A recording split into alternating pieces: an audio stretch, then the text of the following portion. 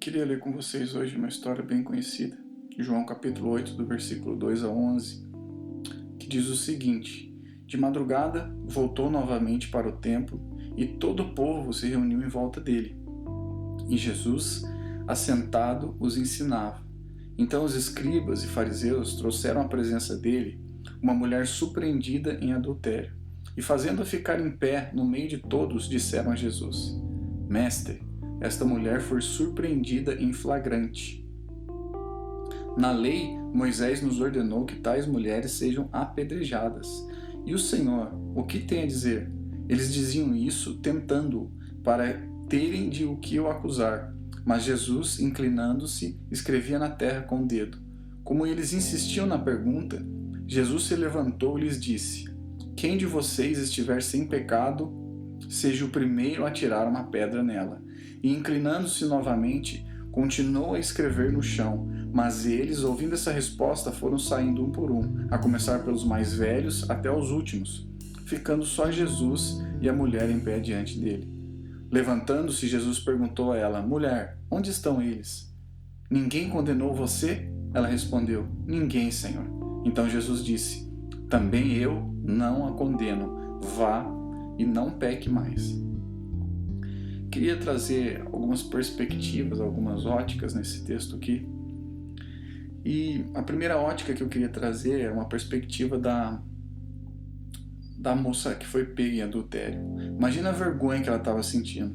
Afinal, pela maneira que ela foi pega em adultério e levada até Jesus, deve ter sido muito difícil para ela. Ela deve ter passado diante de muitas pessoas na rua que ficaram olhando e cochichando sobre a maneira que os fariseus estavam levando, carregando ela. Então ela é colocada diante de Jesus, e daí os fariseus começam a pegar pedras e falar que ela deveria ser apedrejada segundo a lei de Moisés. E aquela vergonha que ela estava se sentindo começa a se misturar agora com uma sensação de medo de morte naquele momento, porque ela sabia que ela poderia ser apedrejada e acabar morrendo. A outra ótica que eu queria trazer seria o olhar dos fariseus. Os fariseus que se achavam tão perfeitos, se achavam os representantes da lei de Deus, com tantos olhos voltados apenas para si e se sentindo muito superiores aos outros, que eles não eram nem capazes de ver que estavam diante do próprio Deus, de um Deus santo e sem pecado. Eles não perceberam que estavam diante do único capaz de julgá-los, de que o julgamento que eles procuravam agora estava de repente virando contra eles. No fim, a vergonha que eles fizeram esta mulher sentir e o medo voltou contra eles mesmos. E Jesus fez eles enxergarem todos os seus pecados e todos eles abandonaram suas pedras. Então eu gostaria de, olhando essas duas perspectivas, trazer esse sentimento e essa sensação de vergonha. Porque a verdade é que, bem particular isso da minha vida, muitas vezes, talvez você até se identifique com isso, mas muitas vezes eu tive olhos tão críticos, fui tão soberbo, que tudo que eu enxergava era o pecado do outro. E eu não só fazia isso, como eu fazia isso como uma maneira para me mostrar que eu era mais santo que o outro. Então, por exemplo, para mim querer mostrar que eu era melhor que o outro, eu começava a apontar um pecado do outro irmão e depois eu começava a falar que eu tinha as qualidades que ele não tinha, para mostrar que eu era mais santo que ele. Quantas vezes eu não fiz isso? E eu me envergonho disso. Talvez você seja uma dessas pessoas nesse momento.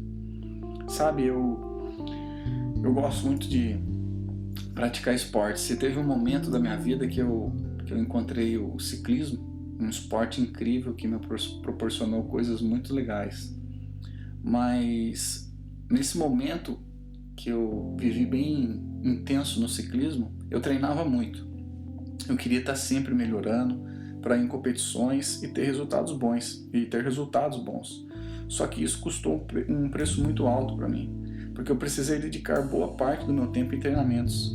Então quase que todo o tempo que eu tinha livre, eu estava ou pedalando, ou estava na academia, ou fazendo algum treino de recuperação, ou assistindo algum vídeo para me tentar melhorar minha performance, melhorar a alimentação, dicas de treinamento, etc. Então eu estava sempre focado em torno disso. E fazendo tudo isso, o meu relacionamento com Deus, sem dúvida, foi impactado. Meu tempo de oração, meu tempo de leitura da Bíblia e de dedicação a Deus já não era mais como antes, já não era aquela prioridade que sempre foi para mim. Por quê? Porque o ciclismo tinha tomado esse lugar na minha vida. E assim como os fariseus, meus olhos estavam tão cheios de orgulho e soberba que eu criticava todas as outras pessoas ainda achando que eu era melhor que elas. Eu criava histórias para mim mesmo para justificar a minha vontade de andar de bike em vez de me relacionar com Deus. Eu usava aquelas famosas frases de que tudo que eu faço com Deus. Então eu posso orar enquanto eu pedalo. Quando eu subia um lugar bonito, por exemplo, eu descia da bike, começava a adorar a Deus e ficava maravilhoso pelas montanhas e pelos lugares que eu via, mas nada disso podia passar mais que 5 minutos, porque afinal era um treino, Deus não podia atrapalhar meu treino. E tudo isso, olhando para tudo isso hoje, me faz sentir vergonha. Me faz sentir vergonha de como eu fui tão soberbo ao ponto de pensar que eu poderia viver um relacionamento com Deus de 5 minutos. De viver um relacionamento com Deus em cima de uma bicicleta. De que Deus só serviria para mim se Ele se adaptasse dentro da minha rotina de treinamentos. Caso contrário, Ele iria me atrapalhar. Ou seja, eu tinha tempo para fazer pedais de 6 horas, de 5 horas, mas eu não tinha tempo para orar 15 minutos. Talvez você esteja numa situação parecida que eu tive. Talvez você, como eu, já está há muitos anos tentando seguir a Jesus e a sua vida de oração continua aquela vida fria, gelada de 5 minutos, de 10 minutos, de 15 minutos. A sua vida de leitura da Bíblia continua aquela velha desculpa da maioria dos crentes que se você ler um versículo por dia tá bom. Ou agora com um aplicativo que chega uma notificação para você no versículo da Bíblia e você posta aquilo e acha que você leu a Bíblia no dia. Talvez você esteja desse jeito. Talvez você, como eu, está tão ocupado com sua vida e tem tantos olhos só para você que você não consegue nem sentir vergonha de ter levado uma vida desse jeito e de ter negado o seu relacionamento com Cristo. Agora, o que eu quero dizer não é que você não pode fazer nada, que você tem que se internar num monastério e viver somente com Cristo naquele lugar secreto ali, não. A Bíblia fala que Jesus ele estava o tempo inteiro com a multidão, com os discípulos, ensinando e pregando o evangelho do reino de Deus. Mas a Bíblia também fala que ele saía às madrugadas e passava a madrugada em oração. Então precisa ter um balanço. Nós precisamos ter um balanço da nossa vida fora do lugar secreto e da nossa vida no lugar secreto. Uma não pode tomar o lugar da outra. E por mais que isso possa se sentir um pouco duro, né? Esse sentimento de vergonha que eu senti e que talvez você possa estar sentindo, a verdade é que, trazendo esse texto, eu queria trazer esperança. Queria dizer que existe esperança, tanto para você quanto para mim. Só que essa esperança, nós precisamos começar a soltar as nossas pedras. Nós precisamos começar a reconhecer o nosso pecado, tirar os nossos olhos do nosso irmão, aceitar a nossa culpa e a nossa vergonha pela maneira que temos vivido. Nós precisamos entender que o responsável da nossa vida hoje somos nós, não é o pastor, não é o amigo, não é o inimigo, não é o colega de trabalho, não. Cada um é responsável pela sua vida. Cada um faz com o seu tempo, entre aspas, aquilo que quer. Mas nós podemos saber que hoje nós podemos ouvir essas mesmas palavras de Jesus. Eu também não a condeno. Mas vá e não peque mais. Então que eu e você possamos começar a fazer com que conhecer a Cristo seja a principal prioridade na nossa vida. E então organizar todas as nossas outras coisas em função disso. Não o contrário. Não tentar fazer com que Deus se adapte em nossa vida, em aquilo que a gente gosta, em aquilo que a gente faz. Não. Mas nós criarmos toda uma vida de dependência a Deus. E deste lugar de dependência a Deus, partir para todas as outras coisas. Que nós possamos aproveitar enquanto é tempo. Que nós possamos abrir as nossas mãos, soltar as nossas pedras, reconhecer a nossa vergonha hoje, pedir perdão a Deus e buscar colocar os nossos olhos em Deus.